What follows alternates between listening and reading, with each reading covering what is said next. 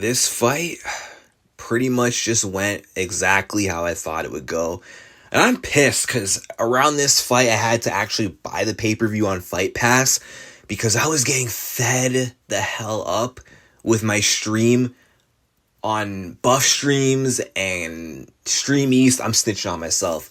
Buffering and shutting down because, of course, whenever the big fights come on, everyone's tuning into this stream and it fucking crashes. So I had to buy the stream, I had to buy the pay-per-view so I could actually just watch the fights.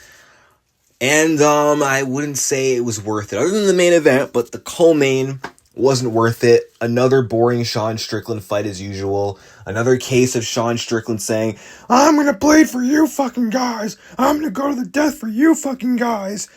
Just for him to just jab, pitter-pat for 5 rounds in a boring, play-safe kind of fight. Sean Strickland talks like he's a freaking Justin Gaethje, Max Holloway, barbaric kind of fighter when he's really not. He's just a boring points fighter. And people, they give Izzy shit for being a boring fighter. Look at Sean Strickland, bro. Sean Strickland is boring. Okay, his only entertaining fight recently was the Izzy fight.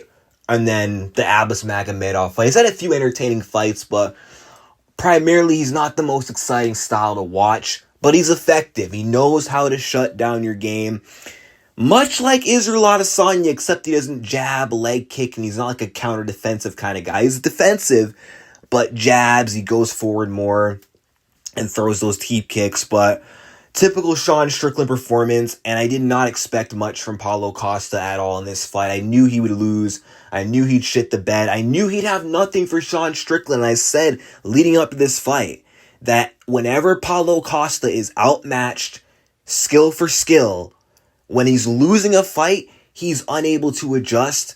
When he has nothing for you, he just sits there, does nothing, and just taunts. So he wasn't doing a lot of taunting against Sean Strickland, wasn't doing a whole lot of sticking his tongue out against Sean Strickland, but he literally had nothing to offer.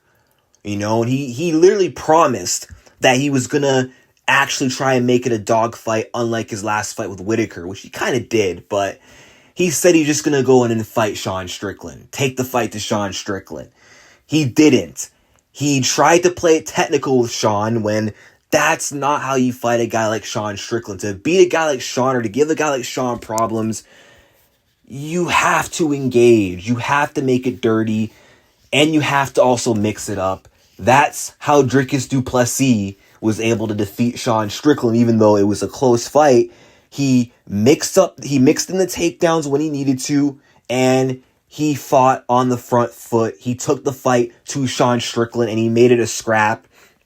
And even though he took damage, he was also able to deliver damage on Sean Strickland, which looked good on the scorecards, hence why Dricus du Plessis was able to edge that fight. I don't know how this fight was a split decision. Like, one bad judge, I forgot his name, tried to smooth his way into getting Costa to win that fight. I was like, I'm not even a Strickland fan, but I was scared for Sean when watching it. I'm like, please don't rob Sean Strickland, because even though it was boring, it was a good performance. You know, he won in Sean fashion, and I felt with how his last fight went, and him being a former champion, you know, he deserved to bounce back and get back in the win column. And I just knew that Paulo Costa just wasn't on his level. I don't know why people were picking Costa to win this fight. I kept saying he cannot knock out Sean Strickland. He cannot finish him. And if he cannot finish him, he cannot win by decision. So I said his only way to win was a finish, but he can't finish high-level opponents. And Sean Strickland is one of the hardest guys in the division to finish. Up against the most dangerous strikers, he's able to survive 5 rounds against Jared and du Plessis. Those men are more dangerous than Costa. So I knew against Paulo, he'd be chilling. I mean, this just kind of shows how good Poatan is, because Alex Pereira is the only one in recent memory in the middleweight division to knock out Sean Strickland, to touch his chin and to put him out, to smoke him in the first round. No one else has been able to deal with Sean Strickland the way Pereira has. Anyone who's beaten him has had a close fight with Strickland, or they've lost to Sean Strickland entirely. Sean Strickland, He may not be the most entertaining style to watch, and he may not seem that good of a fighter on paper, but his style is just super effective, and he's very underrated in that sense. Very good boxer, hard to beat in a striking match, good defensive grappling, good 5-round cardio. He's just annoying to deal with in the octagon, and he just knows how to get the job done. But I said going into this fight, Paulo Costa can only beat bums and washed up fighters. And he can only finish bums and washed up fighters. And the fact that Paulo could not finish Luke Rockhold was just telling. The fact that he could not finish old man Luke Rockhold, who gassed out. Okay? He had all the advantages going into that Luke Rockhold fight. Youth, activity. And he still couldn't finish Luke, who gets finished by every other dangerous striker he goes up against, which is just insane. So it was obvious that he was not going to beat Sean Strickland. So it's hard not to flex this pick, even though Sean was the logical prediction. It's hard not to flex given how close the odds were and given how many people were picking Paulo Costa to win that fight. But I've been saying Costa just isn't that guy.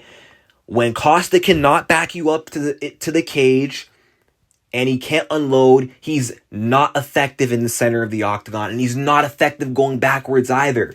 And he tried to replicate a lot of Poaton's game plan by catching Sean circling. He tried to bait him into that left hook, calf kick, and try to circle him into that left hook like Pereira did.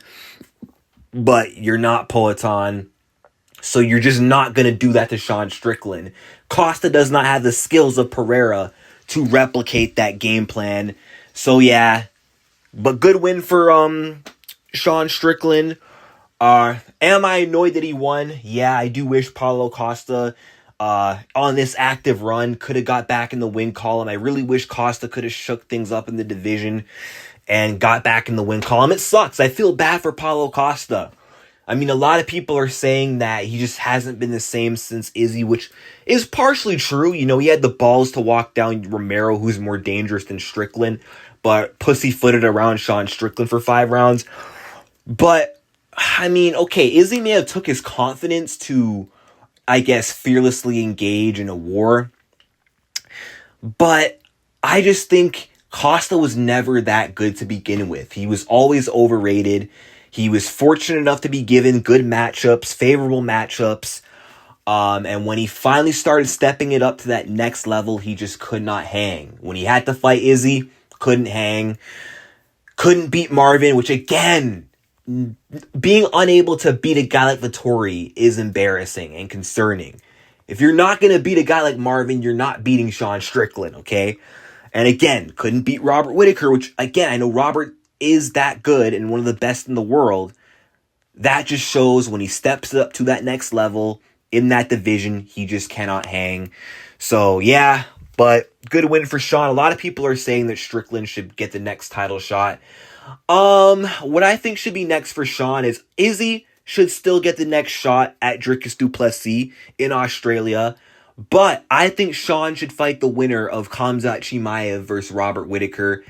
And if he can beat either Chimaev or Robert, he's undeniable for that next title shot in the first Q of 2025. But until then, I don't think he should get the next shot straight away because he's in the race with Whittaker. He's in the race with Khamzat. So I think he's got to get through either them two to get back in there. I know you're going to argue, but Izzy's coming off a loss. He shouldn't be getting the title shot. Adesanya has superstar privilege, and he kind of has GOAT privilege as well. He's not the greatest middleweight of all time, but still. Israel Adesanya defended the belt many times. He's been champ for years. And it's a legacy fight for Dricus du Plessis. So Dricus deserves the chance to fight Izzy. It's a grudge match. I think they got unfinished business that needs to get finished. So, yeah. But, again, the night belongs to Sean Strickland. I told y'all that Paulo Costa was cooked. Did I not say it? Did I not say that he was cooked and that he was going to get domed in this fight, which is exactly what happened.